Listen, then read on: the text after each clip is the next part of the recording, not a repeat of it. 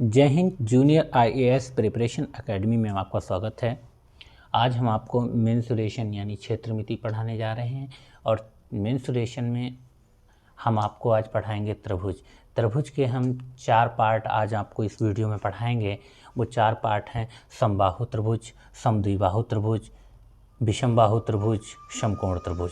समबाहु त्रिभुज को इक्विलैटरल ट्रायंगल बोलते हैं, समद्विबाहु त्रिभुज को आइसोस्केल्स ट्रायंगल बोलते हैं, विषमबाहु त्रिभुज को स्केलीन ट्रायंगल बोलते हैं और समकोण त्रिभुज को राइट एंगल ट्रायंगल बोलते हैं। आप इसका स्क्रीनशॉट ले लीजिएगा, हम एक एक करके इन सबको पढ़ाते हैं।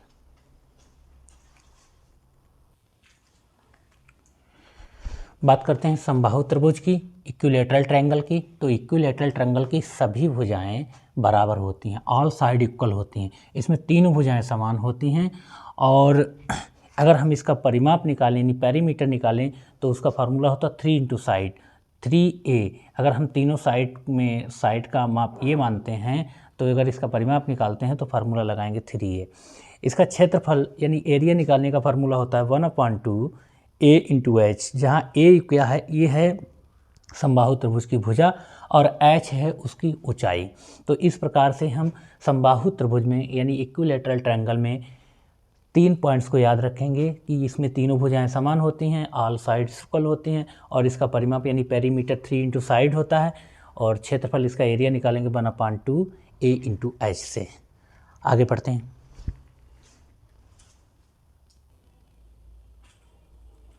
अब हम समद्विबाहु त्रिभुज यानी आइसोस्केल ट्रायंगल के बारे में बात करेंगे।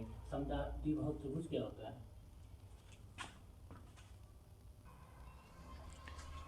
अब हम त्रिभुज के दूसरे पार्ट समद्विबाहु त्रिभुज यानी आइसोस्केल ट्रायंगल के बारे में बात करेंगे। समद्विबाहु त्रिभुज क्या होता है? एक्चुअल में जिस त्रिभुज की कोई 2 भुजाएं समान हों तो वह त्रिभुज समद्विबाहु त्रिभुज कहलाता है। इस त्रिभुज में ये वाली भुजा और ये वाली भुजा जिसको हमने ए से रिप्रेजेंट किया हुआ है ये बराबर है यानी समान है। तो पहला पॉइंट है दो भुजाएं समान लंबाई की होती हैं तो वो समद्विबाहु त्रिभुज होता है। परिमाप इसका यानी पेरीमीटर कैसे निकालेंगे? तो पेरीमीटर निकालने का फार्मूला होता है 2a प्लस b। 2a यानी जो भुजाएं समान हैं उनका 2 गुना और प्लस उसमें b।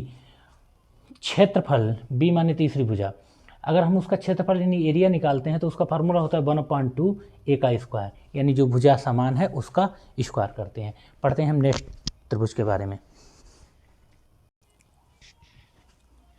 त्रिभुज के तीसरे प्रकार यानी विषमबाहु त्रिभुज स्केलीन ट्रायंगल के बारे में पढ़ते हैं।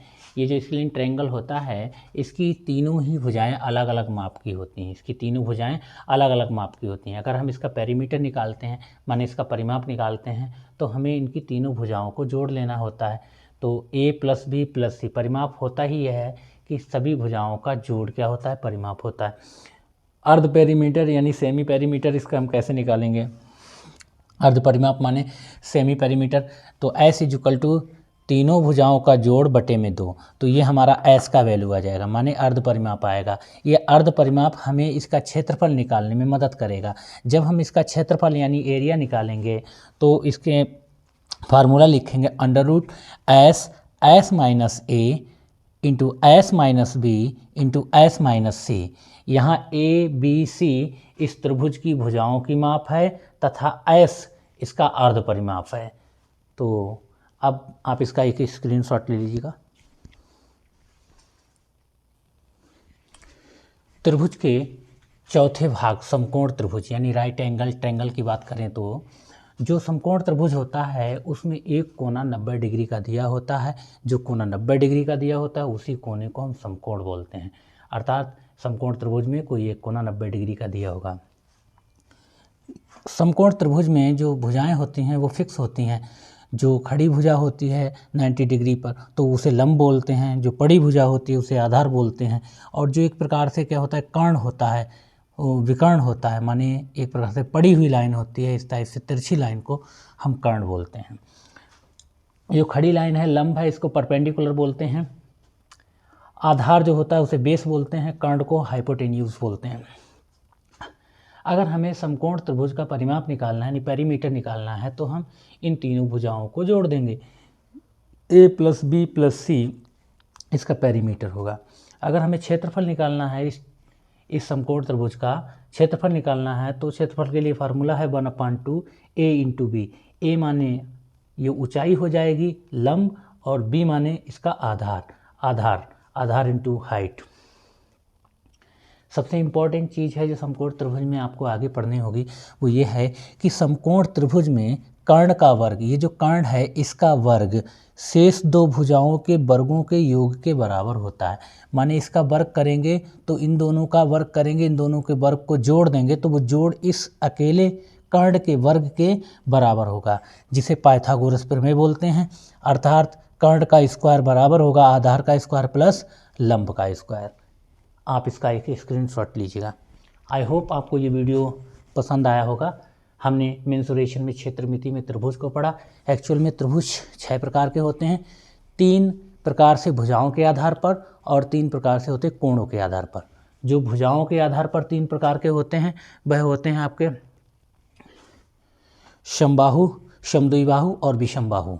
कोणों के आधार पर होते हैं वह होते हैं समकोण, न्यून कोण और अधिक कोणीय त्रिभुज। तो अभी न्यून कोणीय त्रिभुज और अधिक कोणीय त्रिभुज नहीं इसमें हमने पढ़ाया है, इसमें हमने केवल 4 त्रिभुजों के बारे में पढ़ाया है।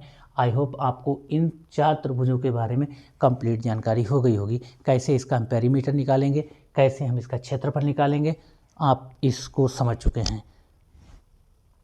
Thank you.